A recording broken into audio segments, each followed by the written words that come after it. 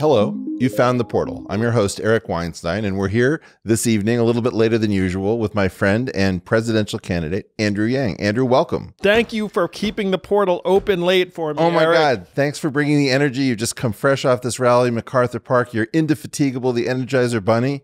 Yes, we just had a 6,000 person rally, 7,000, 8,000. I lost track. I was counting manually. No, it wasn't. But And I should say that your hat is Make America Think Harder. Yep. But That's what the portal's all about. It's math. Well, we're trying. So we don't want to keep you up late because we want you supercharged for tomorrow. So let's just dig right into it. Andrew, I'm remembering that we were having this dinner at Zazie in San Francisco, and Yes. you were impressing the hell out of my wife and myself. And I said, that guy's going places. She says, how can he? I said, these are different times. Oh, thank you. So am I right that this is happening? Oh, it's happening. Big time. I mean, our campaign is growing by leaps and bounds by all of the measurements you would ordinarily measure a presidential campaign. Crowd size, fundraising, Fanaticism. I guess the Yang Gang is absolutely fanatical. Trust me, I encounter them all the time on social media. Well, I love the Yang Gang. Thank you, Yang Gang. Yeah, the excitement is palpable, and I love it. I mean, everywhere I go now, people will just say like, "I support you," and give me a fist bump, and certainly when we campaign, I mean, now we draw crowds of either hundreds or thousands, depending upon where we are. It's amazing. Now, let's just dig into it. We're in this totally bizarre situation. I don't think the institutions have faced up to just how dire our situation No, they have not. is. When I go outside, for the most part, the physical world is still humming along, but everywhere else you can see the signs that somehow the superstructure that undergirds the simple physical reality has really been fraying. Am I wrong about that? No, I agree with you, you know, and in many ways, if you're just living life not plugged into all of the institutional decay, then you just go out in the sun shining and the birds are chirping. And, you know, like you said, the physical world is still more or less sound, barring the occasional heat wave and unseasonal weather pattern. So the way I see it, effectively, what you have is a world of institutions, and you have the wrong people in the institutions. In fact, what's happened is somehow that the institutions were built in an era where things were growing rapidly. The growth pattern changed a heck of a long time ago, almost 50 years ago. And so for what they've done is these institutions have selected for people who can continue to tell stories about growth and to kind of play games to keep the illusion that everything is still humming along as if it was the 50s and 60s. But that hasn't been true for a long time. How far off am I? Well, that's what the numbers say, and I'm a numbers guy, where if you look at the economy of the 70s, you had a certain level of buying power among the middle class and certain split in terms of the gains from the economy among different parts of society. And then the lines started to diverge starting in the 70s, and now they're incredibly divergent, where you have middle class incomes essentially unchanged during that time, and then people at the very top level absorbing more and more of the gains in the winner take all economy. But we all pretend like it's still the 70s, and you can see the disconnect in the lived experience of most Americans and most of the country, where they're starting to catch on that things have changed. And I mean, it's dark. It's dark. Well, it's incredibly dark, and it's worth laughing about, I think, for that reason, because if we don't have a sense of humor about it, we're not going to be able to easily do the work. So I think whistling past the graveyard and gallows humor, definitely there's a place for that. Well, I naturally, I suppose people have said to me that I have a very dystopian point of view, but I tend to present it in a positive, upbeat manner. I think you're trying to get us through a bottleneck that you and I both know is coming. Yeah. And that, in essence, I mean, one of the things I'm very concerned about with you is that I don't want you to promise the world that you know how to do this. I want you just to say that I'm the best person to handle whatever's coming next, because nobody knows what to do. Well, certainly I would never claim omniscience or that I'm going to get everything right. I mean, I make mistakes all the time. Just ask my wife. She'd be like, hey, you screwed up just the other day. But you and I were talking before the camera started rolling that I think it's going to be a very dark time. and the goal has to be to try and survive the darkness, and not have it produce existential level harm. And I believe that I can assist in that regard, but I certainly would never say that like I have all the answers, or that if I'm president, everything's going to work right. Because the fact is, there are two things I've thought about. It's like there's the way the president makes you feel, Right. and then there's actually solving problems on the ground. And right now, our experience of the presidency tends to be around the feeling. Like if Donald Trump does something irrational, it really does not affect my day-to-day existence, except for the fact that I see all the news reports and I'm like, oh, that guy, what's he doing? You know, and the same is true in reverse. Like if Barack Obama did something decent and human, it made me feel good.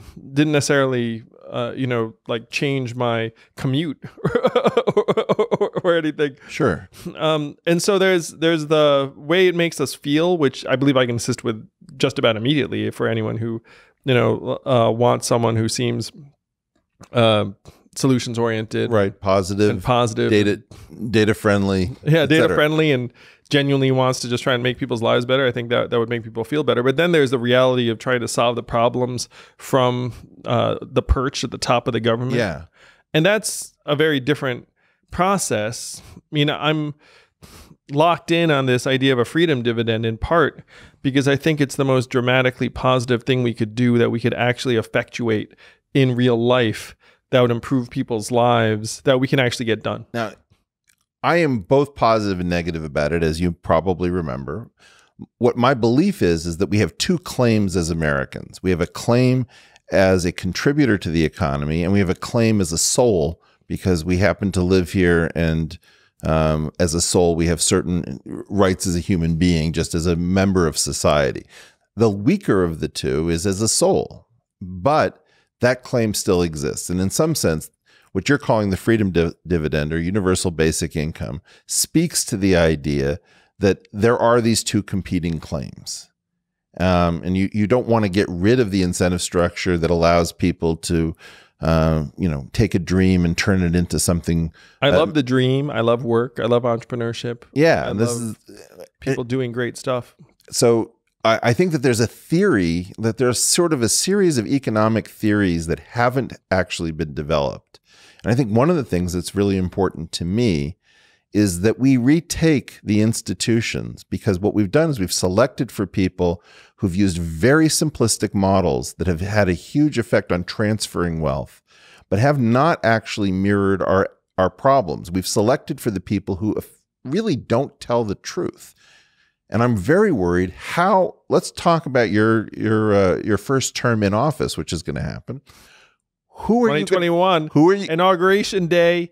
It's going to be a blast. Okay. You're going to be there. Pia's going to be there. Yang Gang's going to be there. We're going to have a giant party. Wait a second. Getting ahead of us. Who are you going to staff your government with if you're going to have the same problem that everybody has, which once the dog catches the car, then what? You've got all of these institutions which have selected for economists who don't tell the truth, who've selected for sociologists who are friendly to the institutions and hostile to our people. What do we do? My team is going to be a blend of different people with different experience sets from different industries, even different ideologies. And I think you need some people who are DC insiders, who have relationships on Capitol Hill if you really want to get things done, because you're talking about possibly the most institutionalized town in our society. And so if you get there and just like, I'm going to staff it with outsiders, then no one's going to get anything done. This was Trump's problem. Yeah, like you're not going to get anything done. You're just going to be fighting with the system all the time, that they're going to be like these antibodies that treat you like this hostile agent, and then they're going to just make your life miserable at every turn. I mean, that's just the way organizations work. It's the way cultures work. And so you need to have a blend of people that are like, look, hey, I get it. I'm a new figure and you're concerned. And one of my principles is that I don't fault people for the incentives that have formed them. Mm-hmm. And by this, what I mean is, like, if you show up in DC and there's someone who's been part of the fabric of DC for 20 plus years, and they are someone who've been through administrations right and left to sort of survive the whole thing. And their goal is to just keep that function going and make sure they get to retirement and whatnot. Like, you can't blame that person for being part of that system, because that's what their incentives have been for years and years. And so what you don't want to do is you don't want to get there and be like, I'm going to like turn everything upside down. I'm going to like attack everyone. Well, the immune system will just actually, the macrophages will descend on you. And and then you'll never get anything done. You'll never get anything done. So that was one of the answers that I was dying to hear, which is I'm going to have to work with the infrastructure that's already there. But then there's the second part of it, which is that I actually need to see some people permanently ejected, called out, chastised, who have been this class of people misadvising our government throughout the 80s, 90s, early part of this century. Well, and that's the dark part for all of us, that we sense that there's really limited accountability in DC. Like, you can give bad advice and screw something up, and you keep your job. Your think tank's still there. Like no one goes back and says, hey, your white paper, turns out it was completely mistaken. Like that. Like, that's not the way that town works, or that many government institutions work. So that's the challenge, is that you have to try and make changes within this incredibly institutionalized environment, and so you need a combination of people that are well-intended. You bring them in and say, look, this is going to feel like brain damage. Like, you're going to come in, right, and you're going to be like, especially if you can't come in with a background like you and I might have from technology or entrepreneurship, where you look up and you be like, wait, you have how many people doing what, and you're not allowed to do what? It's like the story of like healthcare.gov, where like the website didn't work in part because they hired a giant consulting firm and they had all these bureaucratic processes. And then when the website didn't work, you know what they did? They hired a bunch of maverick Silicon Valley types and threw the red tape out the window and then did a repair job.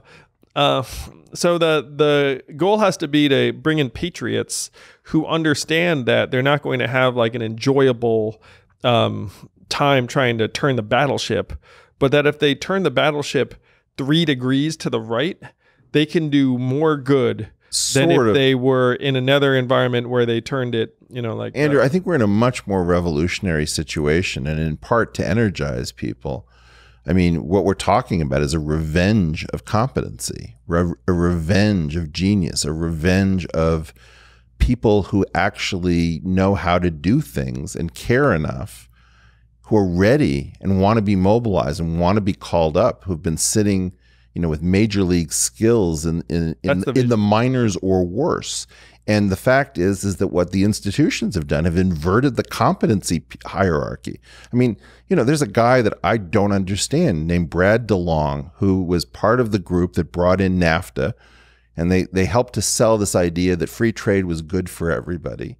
And then years later, I hear, oh, you know what free trade actually is? There was an esoteric version and an exoteric version. The exoteric version we put on display for everybody. We always knew that in the esoteric version that was shared in the seminar rooms, that it was a social Darwinist welfare function that rewarded you by the cube of your wealth.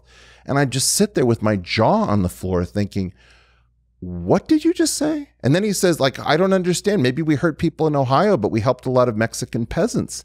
And I'm thinking, so you think that the American voters, who you've called jingoistic and, ultra nationalists, are going to be very happy that you've denigrated their patriotism, and now what they have to show for it is that there are Mexican peasants who are significantly better off, which, I mean, who doesn't want Mexican peasants to be better off? But for sake, I mean, this is a class of people that needs to lose. Yeah, and a lot of them are going to lose under my administration. Like, I'm not a generally vindictive person. No, it's not.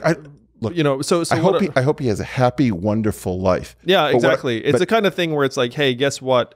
You had a lot of influence and authority in one era. It's over now. Like, not going to unduly try and make your life miserable or anything, but exactly. Like there's nothing vindictive. It's just I don't want to watch the Alan Greenspan show or the Larry Summers show or the Paul Krugman show. I don't really need, there's no reason that these people get to be in every scene in every decade ad infinitum.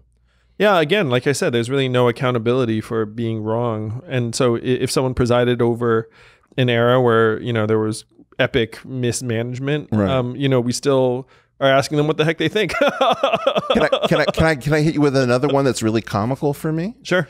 I watch the graphics that have your name in relationship to the other competitors, and I know who the networks are afraid of, and they're afraid of you. They'll do a linear perspective graphic, and you'll be the guy on the very far end, and then the presenter will stand in front. I have noticed that. That does seem to be something of a... Well, I don't think you should be bringing it up. I think the job is for people like me to be bringing this up, because they've been playing this game with like Ron Paul, with Bernie Sanders, and I don't know if you're familiar in magic with the concept of magician's choice. No, I'm not. So a magician engages in a trick with magician's choice. Let's say that I want you to choose C out of A, B, and C. So I give you the option, pick two. And you pick A and B. And I say, okay, I'll take those away, so now we'll look at C. Or if you pick A and C, I'll say, okay, we'll take one of those two and we'll throw B away. Now, which one do you... So eventually you think you've made a decision, but in fact, the whole game is that the magician was pushing you without your knowledge. It's like media company's choice. This is what I think. It's media company's choice. And we've got a situation where my feeling is that the more the Yang Gang can find, and this goes for Tulsi Gabbard or whoever else might be sidelined by this game, my feeling is that what you're on right now is the equivalent of pirate radio. This is samizdat for the American people. And we should be... It's one reason I'm here, man. Well, and it's one of the reasons that we need to make sure that these channels are opened to the very people that the DNC doesn't want running, or the networks don't want running. And the thing that I hate is that we're in this William Tell situation where we've got to run against our own party. Yeah, well, again... And you may not want to say that, and I understand why, but I'll be damned if I'm going to listen to a situation in which you're shut out of airtime and you're pushed off to the side of the graphic. Thank you, Eric. And I can say that this man is the head of pirate radio for the 21st century. Certainly one of the high chiefs of it. And to me, again, you have these institutions with certain incentives and certain relationships, and they're going to be naturally protective of the folks that they think are on the inside and be naturally very leery of the people that they think are on the outside. But one of the themes of this era is that there are more of us on the outside that are catching on, and that the stranglehold that media companies had on our attention has weakened significantly. It's one reason why someone like me can do so well in this environment, or that someone like you can become this independent intellectual voice that doesn't need to, like get a CNN contributor contract or whatever the hell. Well, it's very funny. One of the members of the Washington Post, which, says that democracy dies in darkness. That's their tagline. But one of them said that everything Eric, you have to say that's new isn't true, and everything you say that's true isn't new. So it's like, remarkably, there's nothing I can possibly contribute to the conversation.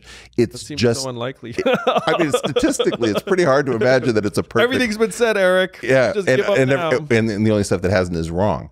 So what I'd love to do is to talk about some sort of new ideas to undergird some of the economic things that you and I have traditionally talked about more before your meteoric rise. So let's dig into it.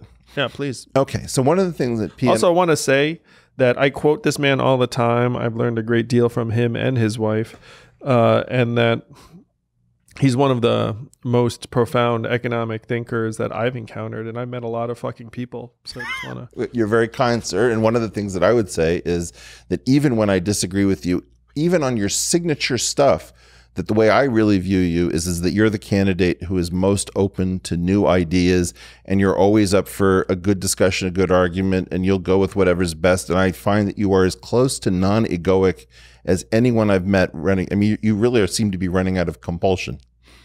Yeah, well, I don't have any native desire to be president. I didn't feel that you ever did, and it's one of the reasons I love the fact that you're running. Yeah, I think one of my main qualifications to be president is that I just don't socialize that much, in the sense of, like, if you hand me around a bunch of fancy stuff. Like Yeah. it really doesn't do anything for me. Like, you know, as president, I would love to do away with a lot of the, You do like geeking out. like the ceremony. Like it seems like it's counterproductive. And no, I happen to think that might help me do a better job. So let's try to geek out on a couple of ideas that P and I have been playing with, see what you think. Yeah, I love it. Okay. So one of the things that we've been thinking about is some people are talking about the difference between the shareholder economy of the past and the stakeholder economy of the future. Yep. There are other issues about the dignity of work and what happens when machines replace you. You can't necessarily defend yourself economically, but you still have a reason to get up in the morning and do something. Well, we hope you have a reason to get up and do something. Amen. Yeah. Now, the thing is, we've been thinking about this paradigm from object-oriented programming, which is the difference between is-a versus has-a. So if a Lamborghini can play an FM broadcast through its speaker, you could technically find out that by some definition, the Lamborghini is a radio, but that seems absurd. It's much more sane to say that it has a radio, just the way it has a transmission. We make this error, I think, when we talk about workers. We say that person is a worker. They are a bricklayer or a teamster, you know. Completely. And that what we need to do is to readjust our model of an economic agent to a has-a model. And so the idea is that you may have a breadwinner and you also have a contributor and you also have a consumer. And therefore, what it is that we do all day long in the face of the automation that may or may not get here in dribs and drabs or come as a wave, we don't know, that we need to have a model of humans that recognizes a need to be active in the economy, whether or not the marginal product of our labor is sufficient to Exactly. take care of our family. Yeah, I love it so much, and I couldn't agree more. Okay, so that would be the kind of a research program that we would love to try to see undergirding a new economy that recognizes a much richer concept of an agent. But without it, I'm worried that you know, the sort of the power of that Chicago style thinking pushes us back into humans as widgets. Well, humans as widgets is predominant, and you can see it at every turn, where even if you ask a kid, what do you want to be when you grow up? It's, you know, they'll say, I want to be a fireman, astronaut, baker, scientist, whatever it happens to be. And by the numbers, we are more work obsessed now than we perhaps have ever been. And trying to break up our identities Sure. into several aspects, where you take a trucker who's on the road away from his family 4 days a week and say, you know, you're a dad, you're like a consumer of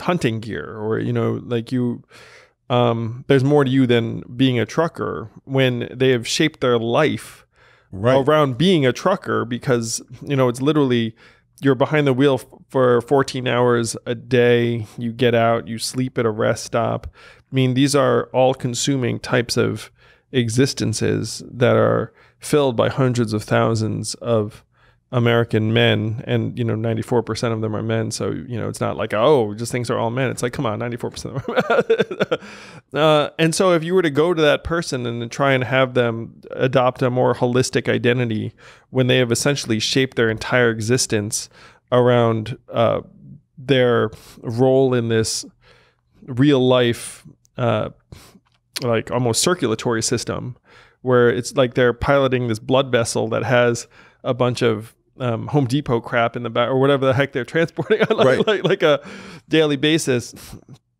Having them have other aspects of their identity that they value to a point where you could remove the work component and they would, you know, be cool with going home and spending time with their families is pretty much the opposite of the way our civilization functions right now. Well, we saw these deaths of despair discussed by economists in the, you know, the heartland of America. We saw this demographic crisis that happened when the Soviet Union fell apart, with you you know, the mortality crisis. All sorts of people were dying of alcoholism, heart attacks, and stress. So this is a really serious thing. We have to figure out about the restoration of human meaning and dignity as different from employment. You had something like a dozen disenfranchised taxi cab drivers and limo drivers kill themselves, you know, last year, like one of whom killed himself in front of City Hall. I mean, like, did his self-destruction cause meaningful ripples in our society? No. Most people watching this or listening to this right now, it's like, oh, that shit happened. Like, you know, that, like, but this sort of self-destruction is happening all the time. And most of them are just men quietly drinking themselves to death in their homes, and then, you know, they're dead. But well, I love the idea that you're talking about compassion for men, because one of the things that I'm finding is that it's very tough to talk in a world that is currently exploring this idea of toxic masculinity from some place that it might have been reasonably defined and blowing it up past that point. It's a very dangerous thing to see a world that sort of thinks that, you know, like all straight white guys are okay, when in fact many of them are very vulnerable and by the numbers. By the numbers, right. You know, it's so and this is one of the themes that when you talk about trying to define people by different aspects of their life that might have work as one of them, but have like others. The fact is, I think men struggle more with breaking up our identities than women do. Because if you were to say to a woman, hey, you're a parent, you're, you know, a sister, you're a nurse, you're like all of these things, I think they would be more ready to embrace some of the non-work aspects of their identity, in part because of the cultural load that is placed on different types of people in our society. I think they're facing a big one coming up, which is that you're going to have a huge cohort of millennial females who pretty much would love to be in a situation with meaningful work, but also with a family raising children of their own. And there's, first of all, it isn't necessarily a supply of guys who can rise to the, I mean, you know, it doesn't have to be traditional households, but a lot of it is going to be male, female, breadwinner, somebody stays at home. It might be the woman who's in the workforce, might be the guy staying home, whatever. The fact is a lot of these families aren't going to form because we're not in a position to say, I can afford a 30-year mortgage. I can see enough stability in my future. I can. And that's part of the thing, is that these challenges face us all in different ways. And it's really, to me, counterproductive to disastrous to single out a particular subset of us and be like, hey, you've got it rough. You're okay. You know, that's a legitimate, you know, like thing to be upset about. That is not, I mean, like if someone is struggling, like it ends up reaching different groups in different ways. Right. And you can't say it's like, oh, your struggles are somehow more valid than others. So just to wrap around this thought. So I think that the division of our identities into like work and non-work, right. It's one of the greatest things we have to overcome. And by the numbers, if you lose your job and you're a man, you tend to have relatively self-destructive patterns of behavior manifest relatively consistently and quickly, where unemployed men volunteer less than employed men, despite having much more free time, as an example. Substance abuse tends to go up. In very self-destructive behaviors, a lot of time spent on the computer goes up, so that's a combination of gaming and some other things, and porn, I'm sure is, you know, I kind of implied it, but was thinking it. Look, this is a free radio station effectively, and we're going to be able to say that that's one of the things that may be deranging us. We don't know what its effects are. Yeah. So, and that women have struggles, obviously, but the struggles take a different form in terms of, and the numbers show that women are more adaptable to non-work idleness, in that they will not show the same patterns of self-destructive behavior that men do. Now, of course, women obviously, you know, hate to be unemployed, but the thing that I joke about that's sort of true is that women, however, are never truly idle. in the sense that they always find like Well, this is the like ways to be productive contributors in a way that so men kin work, struggle for with in many example, where you're respects. working for your family, taking care of elderly parents, your kids, somebody else's kids. These things are part of the fabric of civil society. One of the questions I have is, should we talk about coming up with some new financial products that get women the money they need during the period of their life when they might need extra help in the house, when the binds that come from caring for elderly parents or children are starting to knock them out of the workforce, and trying to figure out how to make some kind of creative structure to help shift the burdens to times of their life when they can better afford it. What do you think about that? Yeah. So just to sort of show the other side of the coin. So men volunteer less if they're unemployed than employed, even though that doesn't make any sense in terms of their free time. Women show higher rates of volunteerism and going back to school when they have more time. So it's just that the numbers show clear patterns of like different responses to non-work related time or idleness. But I'm with you on the fact that right now, trying to map everyone's economic prospects to the market's valuation of our wages, Right. has all sorts of distorting effects. And to what you're suggesting, that we should just start putting money into people's hands at various points in their lives. I mean, that's really one of the underpinnings of the Freedom Dividend, my universal basic income. That's a part of it. Yeah, it's like you put $1,000 a month into people's hands, and then that would allow us all to make different types of decisions, really from almost day one of our adulthood. Yeah. All right.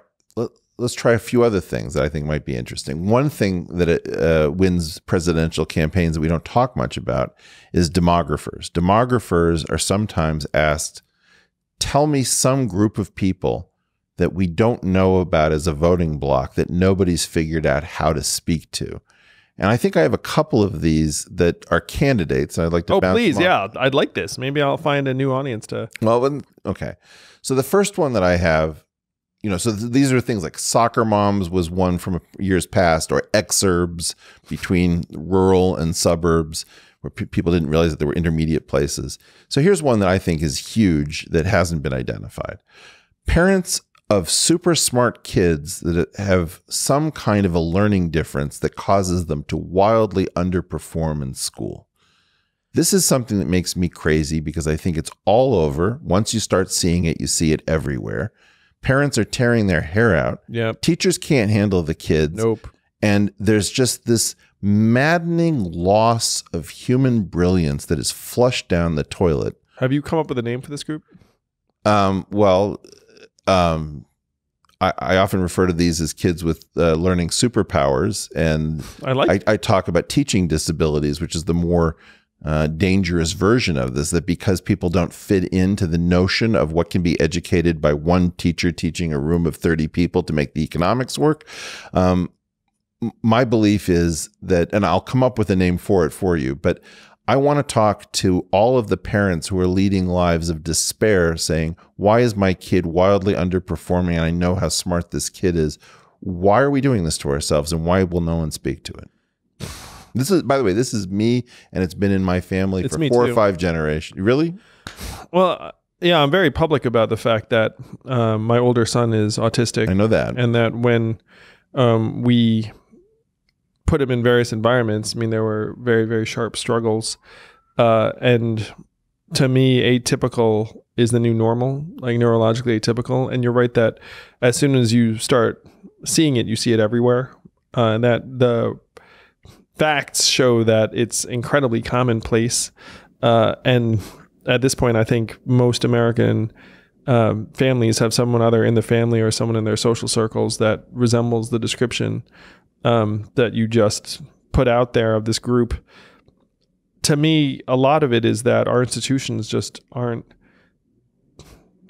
well designed for people with different learning profiles or different and yet these are approaches to very the world. often the people who are going to found new fields, who are going to find new drugs for us, who are going to think in such different uncorrelated fashions that these are very often the people that I value the most. And you never know whether the thing is going to work out, because the kid every year is sustaining more and more trauma. Yeah. Whereas these other kids, it's like, you know, I remember looking at the neurotypicals as if I was, if I was like Cinderella watching all the other sisters go to the ball, and I was sitting there scrubbing dishes. Like, what, you know, every conference was Eric is underperforming. Eric can't meet his potential. Eric this, that. You know, at some point, it's just like you don't realize how much damage you're doing to maybe as much as a fifth of the country. Well, someone described it as like you're getting regular low-grade psychic beatings. Pretty good. and that's something that you obviously wouldn't wish upon anyone, much less little kids. Yeah. And by the way, the autism thing, you know, I don't know whether your child is high functioning or not, but it's certainly the case that a lot of us have the idea that we almost don't want to deal with people who aren't in some sense on the spectrum or having some kind of ability to focus and to work with abstractions. Very often I think of, you know, I'm on top of this, I'm colorblind, and I always make the point that I see camouflage. Did you know that you're wearing bright purple right now? Stop it. No, that used to happen. I used to dress myself before I let my girlfriend, now wife, make these decisions. I would make terrible decisions. I'm just kidding. You look great. Thank you. Yeah, you look great. I'm sure I have something to do with it. So that would be one group. Here's another one that I think is really important. Now, I know that you are the child of immigrants, and that, you know, I'm of course married to an immigrant. The temptation is for us to sort of be very defensive of our immigrants, because we have some forces at the moment that have become very jingoistic.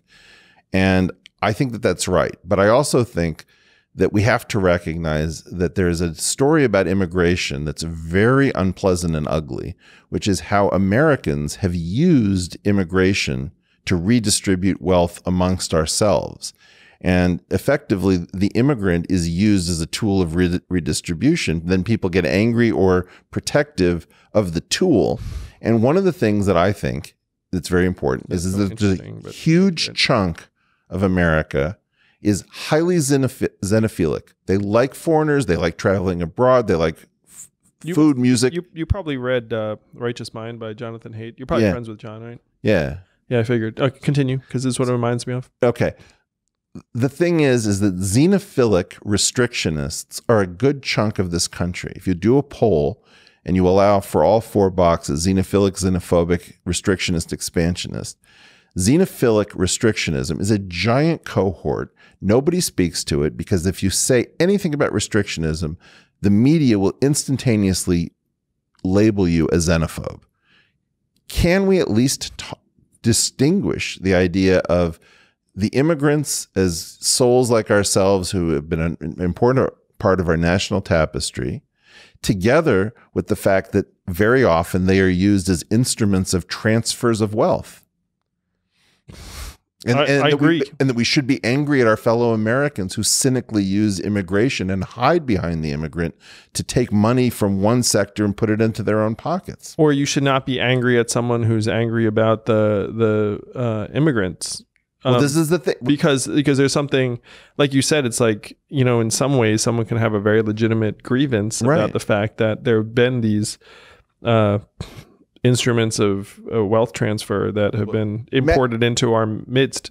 So I call these the Americans who redistribute our wealth immigrant-entrepreneurs, right? And the idea is that if they could use puppy dogs to redistribute our wealth, they'd use puppy dogs, because nobody can be against puppies, right? Yeah. And so it's a very cynical use of the Statue of Liberty. It's something that's very difficult to talk about, but it's something that I've been talking about for a while, because I think that I'm so far in the xenophilic category, it would be comical if somebody decided I actually had a problem. So I've been bold, and I haven't really had the problem. But most Americans feel very uncomfortable talking about immigration because they have two different feelings. They, one, have a really good feeling about the person that they know who happened to come from Uganda or India, and they have the sense that something is wrong with this story. We're going to have to disentangle it and restore something that makes us feel good about it rather than uncomfortable. I agree. Great. Yeah. And, you know, I think I may be able to help in this regard. I think you're perfectly positioned for this. You know, I'm the son of immigrants who loves this country, loves that immigrants have been an incredible source of dynamism. But, you know, you can't have open borders and unrestricted immigration. I understand the sentiment where people are struggling with the fact that our country has brought many people in, either intentionally or unintentionally, in ways that are changing our economy and society in ways that, in like, some people have legitimate problems with. I think we need to be able to have an open conversation about difficult topics around this and pull them apart. And the fact is, we need people to feel comfortable that it's okay to feel uncomfortable, as long as you're trying to explore it. But the current president, for my money, gets way too close to jingoistic sentiments. Yeah, and that's one of the natural reactions, is that if the current president says one thing, then, you know, the right thing to do is say the exact opposite. But then the nuance gets lost, and then unfortunately we end up falling into these polarized camps. It's so important not only to defeat the current president, but also to defeat the kleptocratic center of our own party, as well as the regressive left that poses as the progressive left, and then to take care of the constituents that are currently all over the spectrum in a new world. And this is one of the things I love about your slogan, which is not left or right, but forward, right? Yes, that's the slogan. Yeah, and that thing is that it's a question. It also happens to be the truth. It's not just I know, so, yeah. But that's the thing. It's moving out of flatland. Like we've been given this smorgasbord of bad options, and just say, hey, I don't think I want to dine from there. I think these things that are available off menu. Do you mind if I you know, like, for example, Starbucks, I think, will sell you a short cup of coffee, but they won't put it on the menu. You have to know to ask for it. So I like to think of you as the guy who somehow knows that there are things that aren't on the menu. I am animal style at In-N-Out. I am Andrew Yang is animal style. Let me give you. No, I agree that I can change the political conversation in a way that many Americans find very exciting and productive, because 25% of Americans are politically disengaged, including, I'm sure, some people watching this. And I believe it's up to 48% self-identify as independent, which is almost twice what identify as either Democratic or Republican. I'm so close to identifying as independent. I can't stand my own party, but my feeling is I have to stay there and say, hey, we're out of control, in order to save the structure. Because well, the two-party system, I mean, I agree. That's why I'm running as a Democrat in part. It's like, well, you have these two parties.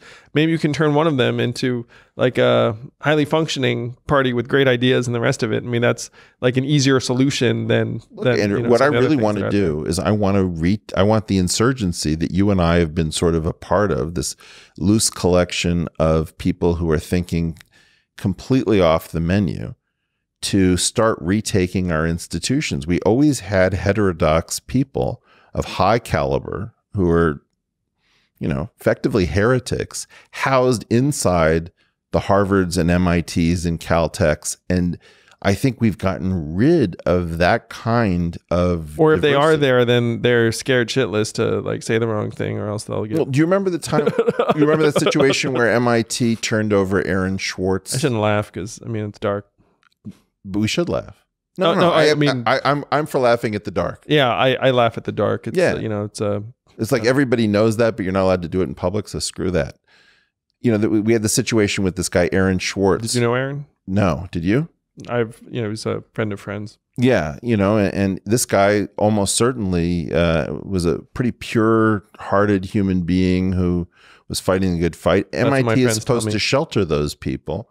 And instead they cooperate, you know, in turning them over. As soon as you get the institutional incentives in a particular direction, then like, I mean, this is not near, and like, this is just like recent, because in recent memory, but you know, I stuck up for Shane Gillis, this comedian that had said I saw that, and the idea that, you know, you were in a position to say, look, I'm the candidate personally, actually, yeah. And so if anyone should be offended, it's me. And so if I think he shouldn't lose his job over it. Well, this is the thing. The quality of mercy or forgiveness or just recognition that there should be space for remorse and redemption. This is what makes so much of the intolerant left feel cult-like.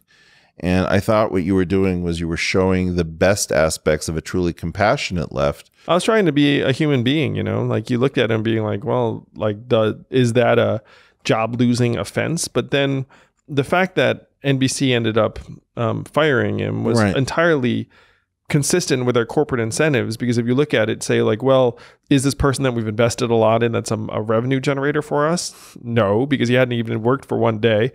It's like, are our corporate incentives to can him and thus, like, you know, put an end to any controversy or advertisers or whatnot that would be troubled by it? Yeah. So it's like, so if you'd asked me, it's like, hey, do you think he's going to be fired? I'd be like, yeah, he's almost certainly going to be fired, because that's what the corporate incentives Well, say. I understand that. So one of the things that I'm really interested in doing, but it still made me sad. Like, I was like, hey, this would be unusually human and forgiving if they decided to. Well, they lost a teachable moment, because one of the things that's going on is that so much of the information economy is very, very marginal, in the sense that you're almost producing a public good. So, for example, I slap ads on my podcasts, and when buy stuff from his sponsors. What I'm trying to do is I'm trying to 2 new models. One of which I'm calling reverse sponsorship, where I shout out some great company, which doesn't know that I'm going to say something positive, and maybe they become sponsors, maybe they don't. But the other one is risk advertisers, where people get to know me over long periods of time. And the hope is that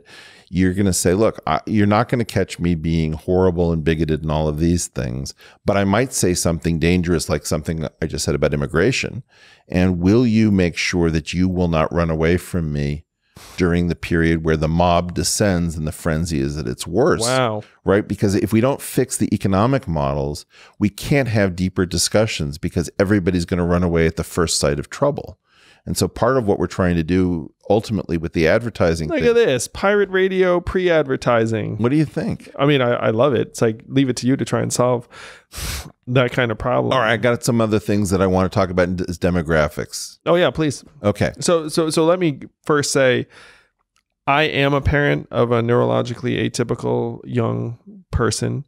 I agree with you that I think that many of people have a different perspective are going to end up being contributors in highly distinctive ways.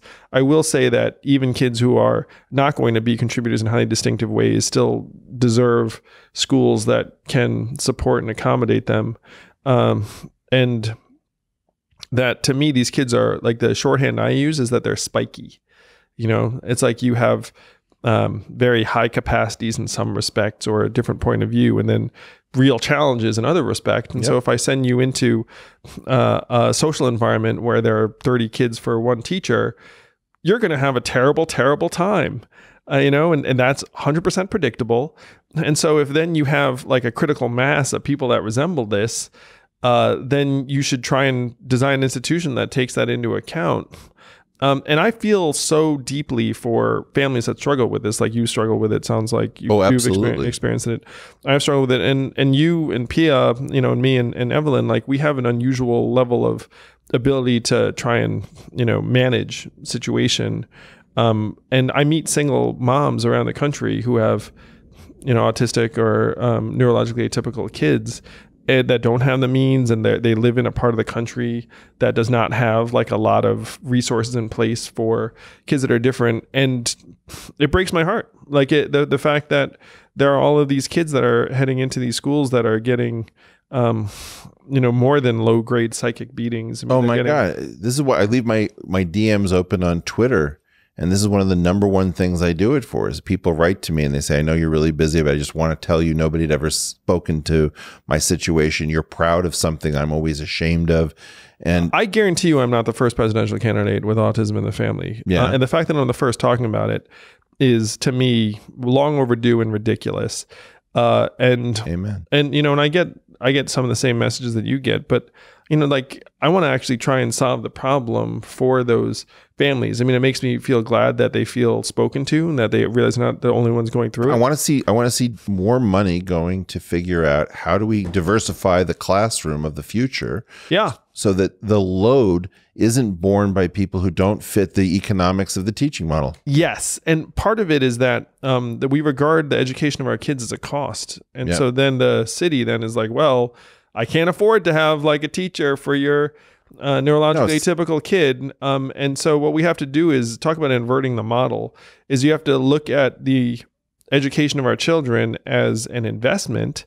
And then you say, what's that? Like, these kids require, you know, like X and Y, then we should make that investment with the certainty, and I share your confidence in this, that you have a couple of those kids do something highly atypical and remarkable, then that pays for whatever support or teachers or infrastructure. Movement. I mean, I just had a very well-known professor revealed to me that he couldn't read papers in his field. Like, he just can't read, you know, and he has to figure out what the paper is likely to be saying.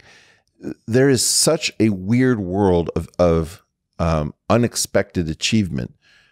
And this is the demon. This is the demon that we have to slay in many ways, is that the negative externalities are not being encompassed within the budgets of various institutions. Very well said. But then also we're foregoing all of the potential positive value creation or generation from proper investment in our human capital. And another dimension too, and this is like neither here nor there, but I was just with Dean Kamen in New Hampshire, and he was talking about how the FDA, like, all their incentives are just to like regulate the shit out of anything.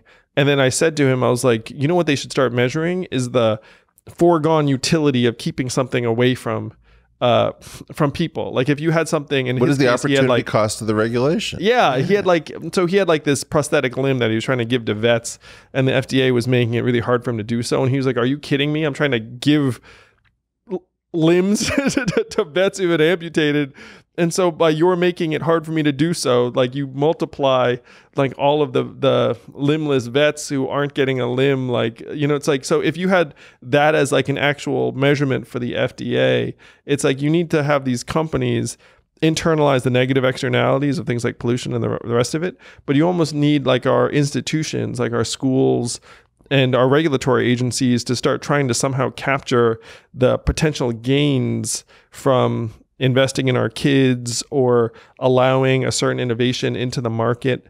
Like, the big problems are that our measurements are really primitive, and it ends up, and you end up with binary incentives where you lose a lot of the value. And so you end up being like, hey, don't have a teacher for your kid, so your kid's gonna, you know, just end up sidelined. What? And sidelined is like a euphemistic way for saying destroyed. I know. One of the things I wanted to do at some point, I actually ended up talking to the Heritage Foundation of all people about this, was the idea of national interest waivers so that we could have a skunk works with very light regulation hanging off the side of every large company. And the idea is that you would put some portion of a company, you could put some portion of a company outside where the rules were effectively different, because you needed people to take massive risks to be able to move super fast, to be dealing with highly non-neurotypical people. And this is one of the things that drives me nuts about the political conversation, is like, you get like, they get like yelled at for a particular, it's like, oh, you made a mistake. Da, da, da. It's like, you kind of need to have an environment where you're going to accept a certain level of mistakes, particularly when you're talking about large scale society-wide investments, where, like, of course you can't get that stuff right. You know, it's like, and the problem is that the political incentives are for everyone to try and avoid like a negative headline, or something that's... Look, a lot of us are very disagreeable, very difficult to deal with. And, you know, I saw you pick up endorsements from people like Elon Musk, you know, which is then I hear his personal life being criticized. I was like, I don't really care. This guy is responsible for how much advancing the species, how much innovation. If he's got a few foibles, let's give him some privacy, let him be in peace, and just recognize that we're getting an unbelievable deal. And yet this desire to somehow stamp out outliers. I mean, outliers are essential to the American project. Yes, I could not agree more. And you know, I'd consider myself, it's pretty funny, Eric, because I think I had, in many ways, like a highly conventional upbringing that helped. I feel like I'm sort of a hybrid where, to the extent that I was highly contrarian or dissimilar, it's like I came up through a series of institutions in an era where, I think I learned to adapt. But then I look at my boys and I think to myself that, that their way of life is going to be very, very different than mine. I'm sure yours too, because we came of age in a different era. Well, this is true. I mean, I was just talking about this actually with Bret Easton Ellis sitting in that chair that, I grew up as part of this free range world largely before Eitan Patz got kidnapped and the milk carton kids changed everything. I worry about the sort of, we were too free range and these kids are too sheltered, that we have to find some new mix. But I want to get to another issue. Give me one more demographic. And okay. Then, yes. Let's do it. And then we'll close it out. I want to talk about something which really makes me angry and excited. I think that America has, without question, some of the finest sources educationally for brilliance in STEM subjects. And we've pretended for a very long time that Americans are not good at STEM, that we are disinterested in STEM, that STEM careers are fantastic when many of them are pretty shitty, and that we don't recognize that the entire STEM complex is suffused with bullshit because the model, the economic model for investing in basic research went belly up because the universities were built on a growth model that was unsustainable. Yes. And I want to stop lying. So one, I want to start recognizing that we have high schools that have more Nobel Prizes than all of China, that we are using Chinese labor and other Asian countries not just because we are exporting education as a good, but because we have a cryptic labor market in basic research where we pretend people are students when they're actually workers.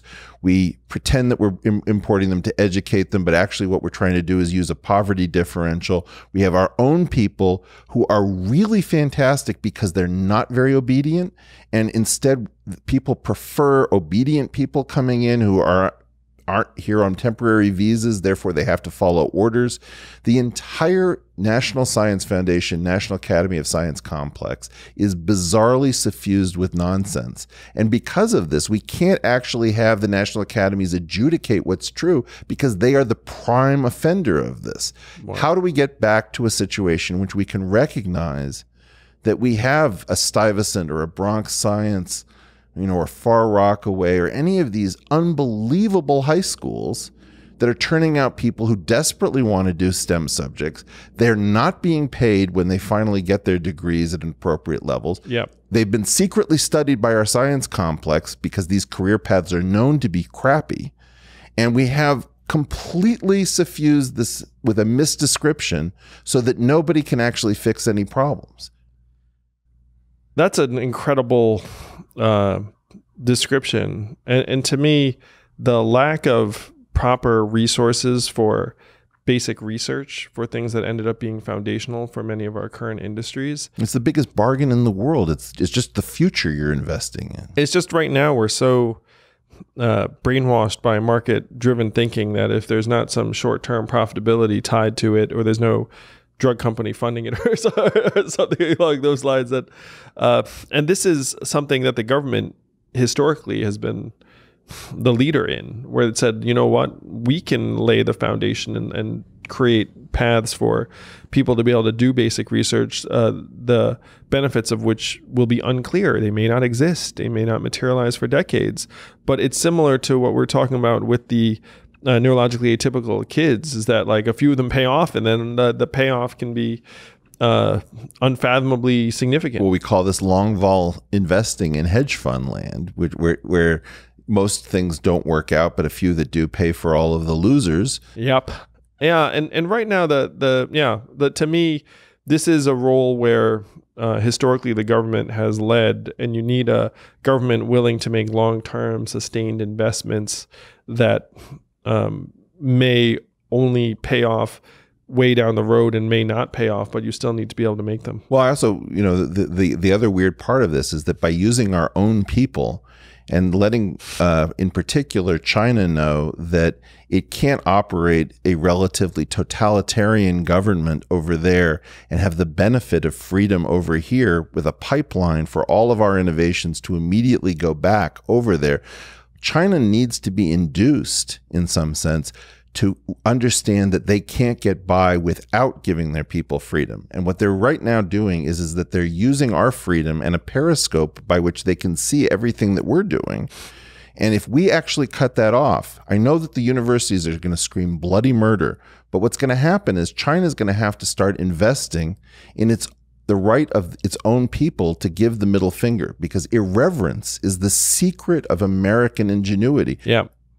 Yeah, and this reminds me of a joke that they told in artificial intelligence, which is how far behind is China than the U.S. in AI, and the answer is 12 hours. Because they, obviously they wake up and then they see what we did. Andrew, I can't tell you how fantastic it is to have you come into the studio. You're coming off of this big rally in MacArthur Park. You're welcome anytime to come back. I'd love to continue the conversation. I would love this too, man. This feels to me like half a conversation. We're going to have the second half at some other time. So if you enjoyed this convo, let Eric know, and then hopefully he'll have me back. And if you'd like to join the Yang Gang, you should know we are a very, very cheap gang to join. Is that right? Well, our average donation is only $25. So our fans are even cheaper than Bernie's, which no one even knew could be a thing in politics. But here it is. But you get $25 times enough people, and you wind up putting up very, very big numbers. And you'll see, like, we're already into the 8 digits as a campaign. And we can take this whole thing. We can contend, because a lot of people watching this right now, you're ignoring politics as usual.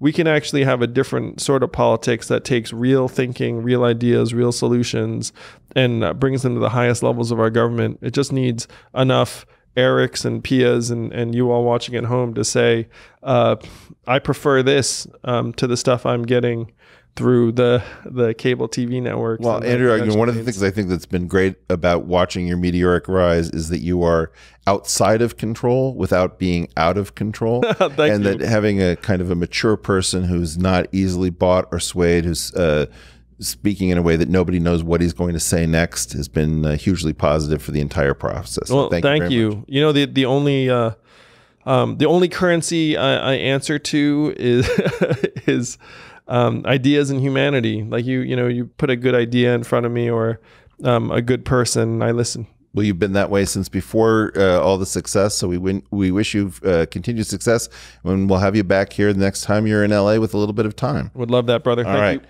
Thanks. You've been through the portal with Andrew Yang, presidential candidate for 2020, and telling us to make America think harder. Yes, this man's going to make you think harder all the time. All right. Be well, everybody.